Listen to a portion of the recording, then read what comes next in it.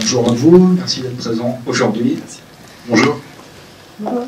Donc c'est votre deuxième collaboration ensemble. Oui, tout à fait. Comment s'est passé le tournage? Vous étiez déjà un peu habitués à travailler ensemble? En tout cas, on avait très envie de retravailler ensemble après un homme idéal. Et quand j'ai commencé à m'atteler à l'écriture de ce film, qui remonte déjà à pas mal de temps en fait, dès mon premier film, après mon premier film, vraiment ça fait plus de 10 ans que j'avais cette idée de boîte noire qui serait au centre d'un récit un peu à suspense. J'ai toujours été fasciné par l'aviation, l'aéronautique. Après le tournage d'un homme idéal, j'avais vraiment Pierre en tête. C'est la première fois que j'écris en pensant à un comédien.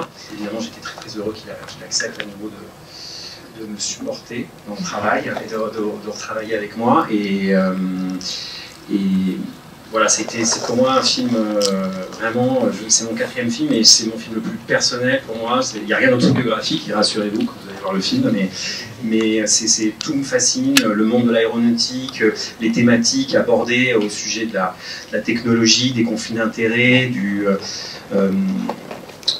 la paranoïa ambiante qu'il y a, je trouve, en ce moment, les fake news, enfin voilà, je trouve le film, vous verrez, lève le voile évidemment sur ces fameuses boîtes noires, ces boîtes noires dont les journalistes nous parlent sans cesse quand il y a des crashs d'avions, sans qu'on sache à quelle réalité elles correspondent, et puis vous verrez, c'est une plongée dans un monde que j'ai toujours trouvé fascinant et hyper cinégénique, qui est celui de l'aéronautique, de l'aviation civile, où se côtoient énormément de monde, des acteurs aux intérêts divergents, comme les constructeurs, les pilotes, les enquêteurs du BEA, le fameux bureau d'enquête-analyse, cette autorité qui enquête sur les crashs, sur les accidents d'avion.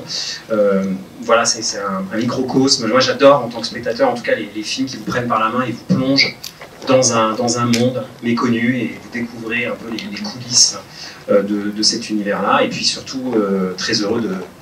Vous verrez, Pierre porte le film vraiment sur lui, sur ses épaules. C'est vraiment un film très subjectif, on est dans son point de vue tout le temps, on l'accompagne, et c'est aussi un peu une plongée dans la psyché un peu torturée du personnage. Voilà, je vous en dis pas plus, j'espère vraiment que le film vous plaira, et puis merci infiniment d'être là, malgré les 55 degrés dehors. Voilà, merci beaucoup, merci.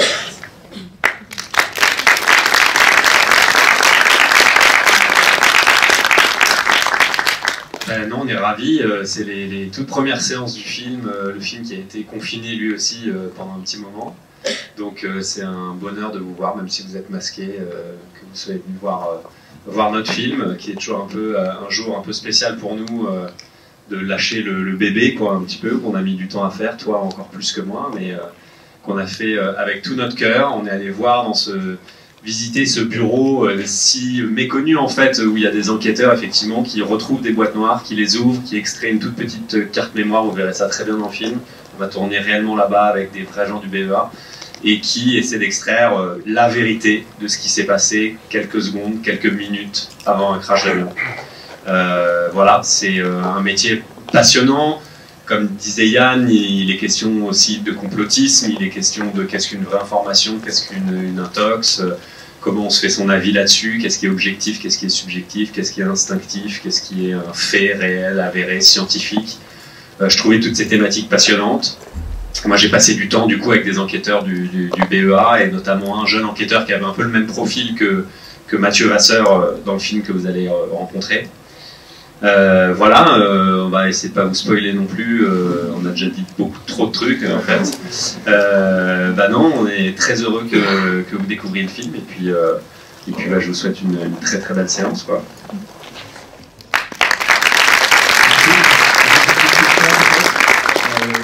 Vous l'avez dit, votre personnage s'appelle Mathieu Vasseur.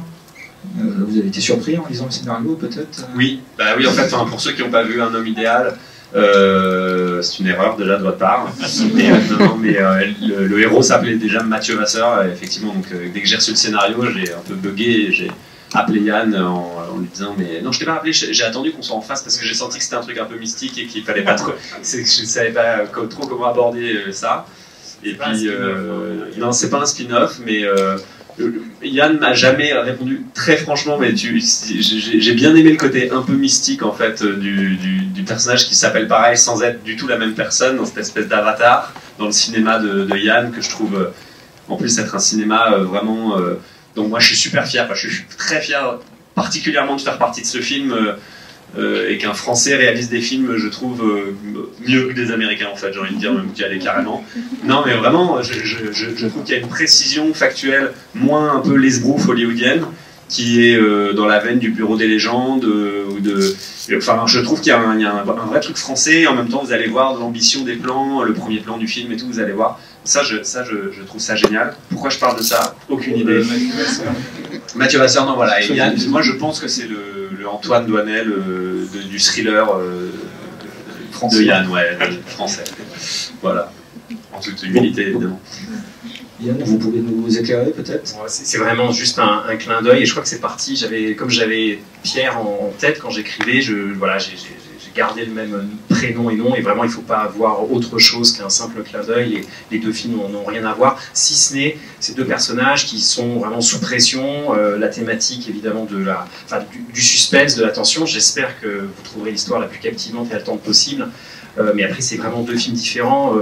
Un homme idéal, le personnage cherchait à cacher la vérité. Là, au contraire, c'est vraiment un film sûr, c'est même l'opposé, j'ai envie de dire. C'est vraiment un homme qui est obsessionnel sur cette quête de vérité, et ça va aller assez loin, quoi. Cette quête de vérité, le film montre combien ce chemin est parfois compliqué et peut-être destructeur. Très bien. Merci à vous, en tout cas. Merci d'être passé. Merci à vous.